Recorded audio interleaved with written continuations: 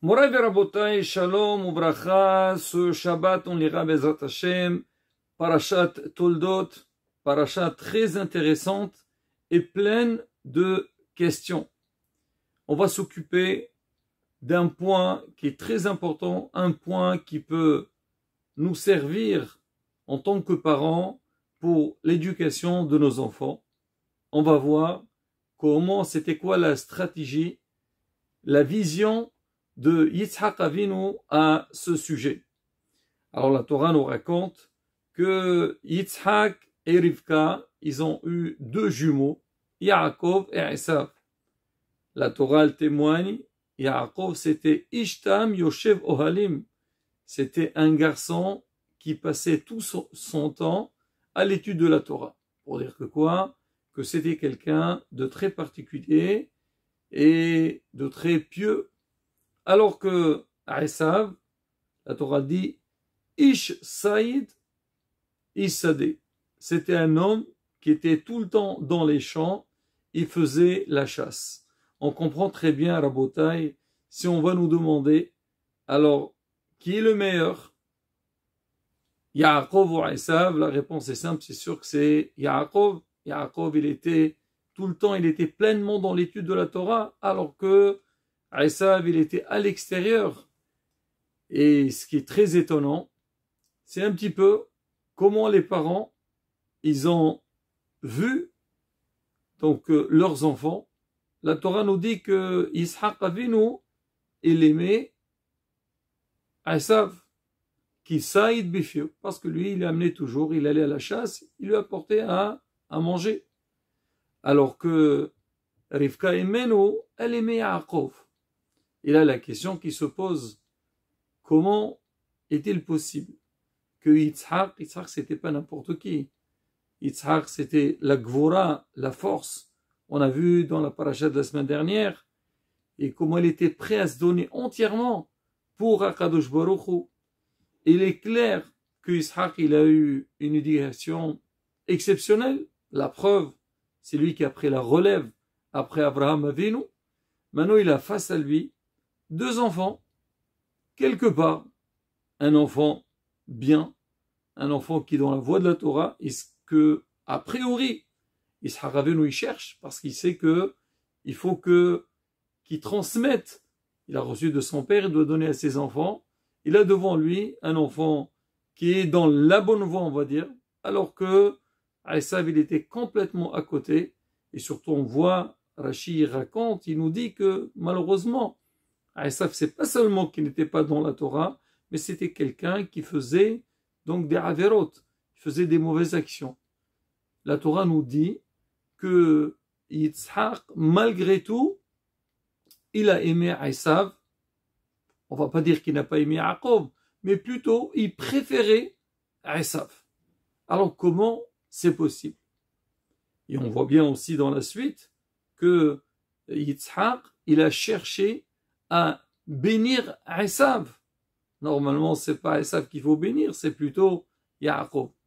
Donc, Rabotai, il faut comprendre un petit peu, c'était quoi les intentions de Yitzhak Avinu d'aller vers Esav plutôt qu'aller vers Yaakov. Maintenant, ce qu'on va dire que oui, la Torah l'a dit que Esav, il voyait pas bien à la fin de sa vie, peut-être il n'arrivait pas à voir les bêtises qu'il était en train de faire son fils Esav. Ça, c'est pas vrai. Pourquoi? Parce qu'on le voit dans la suite, quand il a béni son fils Esav, il lui a pas vraiment donné la réelle bracha. Il a béni que il aura donc tout ce qui est matériel, mais le côté spirituel, il a plutôt réservé à son fils Yaakov. Donc des brachot, on voit déjà que pour Yitzhak Avinu, Yaakov, il était meilleur que Esav. Et donc, la question qui se pose, comment ça se fait que la Torah nous dit que oui, Yitzhak, voyez, Ehav Yitzhak et Esav, il a aimé Esav, alors que Rivka, elle a aimé Yaakov. Rabotai, pour répondre à cette question, on va essayer un petit peu de nous référer à une leçon d'éducation.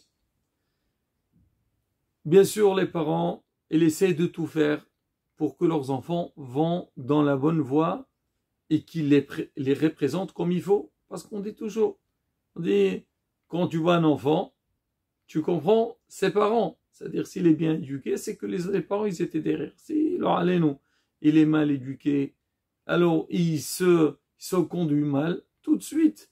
Comme on dit, ou ben kisil torat emo. Un enfant qui est mauvais, donc comme on dit, c'est l'inquiétude de sa mère. C'est-à-dire, tout de suite, ça va se rapporter à ses parents.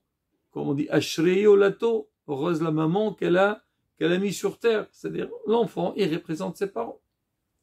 Mais malheureusement, des fois, on voit que malgré le travail des parents, des fois, il y a des enfants rebelles.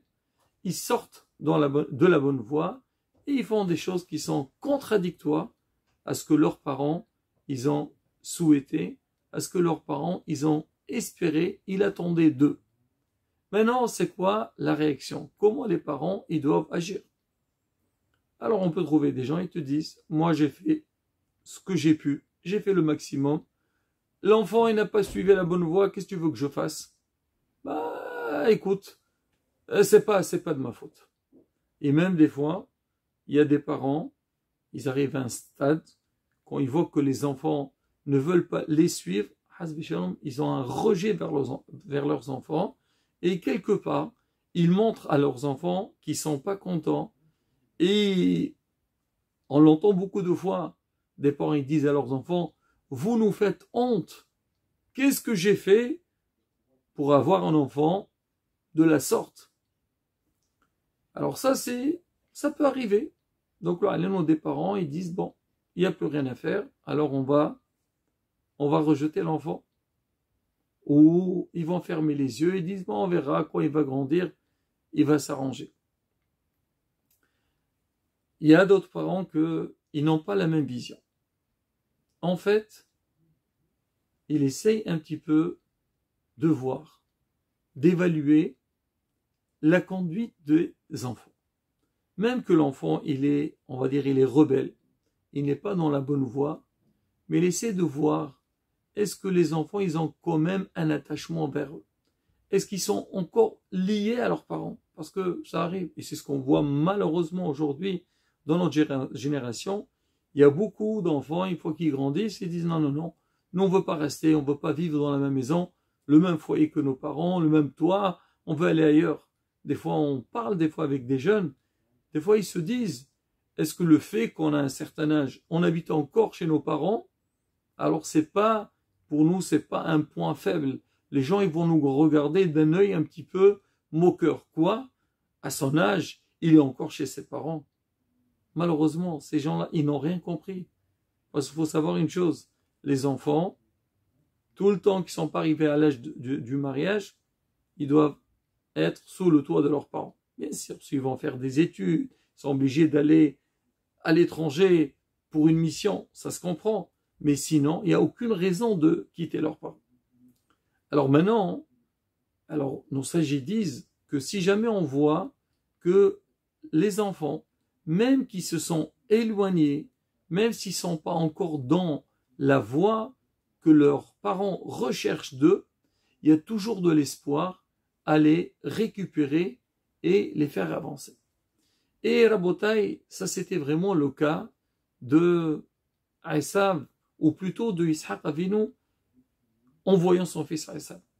La Torah nous dit que Esav, malgré qu'il était mauvais, il respectait énormément ses parents. La Gemara raconte de quelle manière, il y avait même un Tana qui témoignait, dit, ce que moi je fais à mes parents ne vaut rien par rapport à ce qu'Esav faisait à ses parents. Quand il allait les voir, il s'habillait, il mettait des habits spécialement pour voir ses parents, pour dire qu'il les respectait beaucoup. Il faisait certaines choses, toujours il était, comme on dit, lié. Esav était lié avec son père Ishaq. Ishaq Avinu, il s'est dit, tout le temps que je vois que mon fils Esav, il est encore attaché à moi, il a un respect vers moi, j'ai une chance de le récupérer et vraiment l'arranger et qu'il aille dans la bonne voie. Qu'est-ce qu'il a fait? Isaac Avinu a essayé de rapprocher son fils Esav. Voilà, par exemple, il lui dit, viens mon fils, je veux te faire une bénédiction. C'est quoi la bénédiction? Bien sûr, nous on a vu dans la Torah. Mais des fois, nous on peut apprendre de ça que si, Hazve Shalom, les parents ils voient que les enfants ils commencent un petit peu à s'éloigner, il faut essayer quelque part un peu les acheter avec un petit cadeau, les entendre, les écouter, s'intéresser à eux.